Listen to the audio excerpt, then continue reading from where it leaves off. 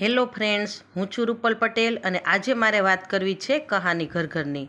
મિત્રો, તમને સાંભળવા મળતું હશે કે દરેક ઘરમાં ક્યાંક ને ક્યાંક બે સ્ત્રીઓ વચ્ચે થોડોક ખટરાક જોવા મળશે.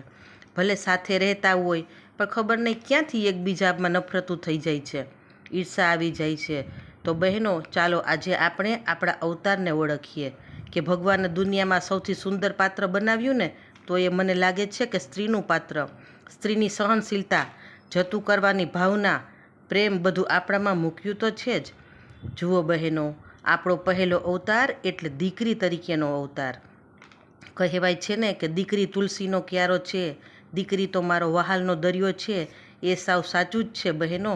જ્યારે દીકરી જન્મ લે છે ને ત્યારે આપણે બધાને કહીએ છીએ કે અમારા ઘરે લક્ષ્મીજી પધાર્યા, કહીએ છીએ ને આવું. અને ભગવાન વિષ્ણુ જ્યારે લક્ષ્મીજીને કહે છે કે જાઓ દેવી, તમારે પૃથ્વી પર જન્મ લેવાનો છે, ત્યારે મિત્રો લક્ષ્મીજી કહે છે કે નાથ, નીચે તો ઘોર કળિયુગ છે, ચારે બાજુ લોકો પાપ કરે છે, મને ડર લાગે છે. ત્યારે મિત્રો ભગવાન વિષ્ણુ કહે છે કે દેવી, ડરો નહીં, જાઓ, હું તમારા પિતાને મદદ કરીશ. ફરી લક્ષ્મીજી બેસી જાય છે કે સ્વામી, મને ખરેખર પૃથ્વી પર જતાં બીક લાગે છે. ત્યારે મિત્રો ભગવાન કહે છે કે ડરો નહીં લક્ષ્મીજી, જાઓ, હું માની મમતા એવી ભરી દઈશ કે કોઈ તમારો વાળ પણ વાંકો નહીં કરી શકે.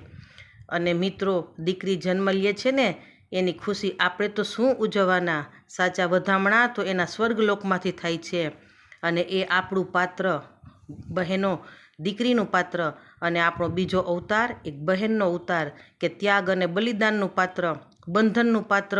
બહેન રક્ષા બાંધે છે ને ત્યારે ભગવાન પણ તેના ભાઈની રક્ષા કરવી પડે છે, તેવું બહેનનું પાત્ર.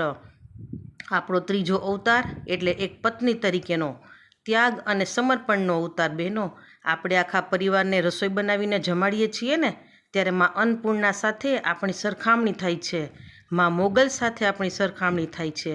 અને આપણો જ છેલ્લો અવતાર એટલે માનો અવતાર. કેવો અદ્ભુત અવતાર! એટલે માં.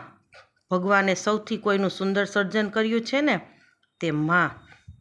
એટલે જ તો કહેવાય છે ને મિત્રો, મીઠા મધુને મીઠા મેહુલારે લોલ, ઈથી મીઠી મોરી માત રે, જનનીની જોડ સખી નહીં જડે રે લોલ. મિત્રો ભગવાન કહે છે કે મધને મીઠું બનાવ્યું, વરસાદનું પાણી અમૃત જેવું બનાવ્યું, પણ તેનાથી વધારે તારી માળીનો પ્રેમ બનાવ્યો. ગોળ વિના સૂનો કંસાર, તે માં વિના સૂનો સંસાર. બહેનો, પછી એ આપણી માવડી હોય કે આપણા પતિની માં, માં તો માં જ હોય છે. કે ઋષિઓ અને સંતો પણ જેના ગુણગાન નથી ગાઈ શકતા, તે માં. ઓળખીએ ને બહેનો આપણા અવતારને, આપણે ધારીએ તે કરી શકીએ છીએ. દુઃખ ત્યારે થાય છે કે આપણી વચ્ચે જ ઝઘડા કેમ. સાચું કહું ને, આપણે આપણા અવતારને જ ઠેસ પહોંચાડીએ છીએ. પછી ભલે તમારી સાસુ હોય, નણંદ હોય. મને એ નથી સમજાતું કે આપણી જ વચ્ચે આવું કેમ થાય છે.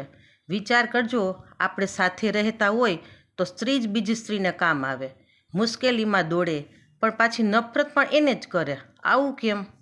મને એ નથી સમજાતું કે નાની નાની વાતમાં સ્ત્રીની દુશ્મન કેમ બની જાય છે. પણ બહેનો, હવે આપણા અવતારને ઓળખવાના છે. જાગ્યા ત્યાંથી સવાર. હવે મનમાં થોડોક સંકલ્પ લેવાય તો લેજો કે નાની નાની વાત મગજ પર નહીં લઈ આવીએ. જવા દો ને બધી માથાકૂટ, જીવી લો જિંદગી મોજથી. શું સાથે લાવ્યા હતા કે આપણે લઈ જશું. Thanks for watching. Please like, share and subscribe.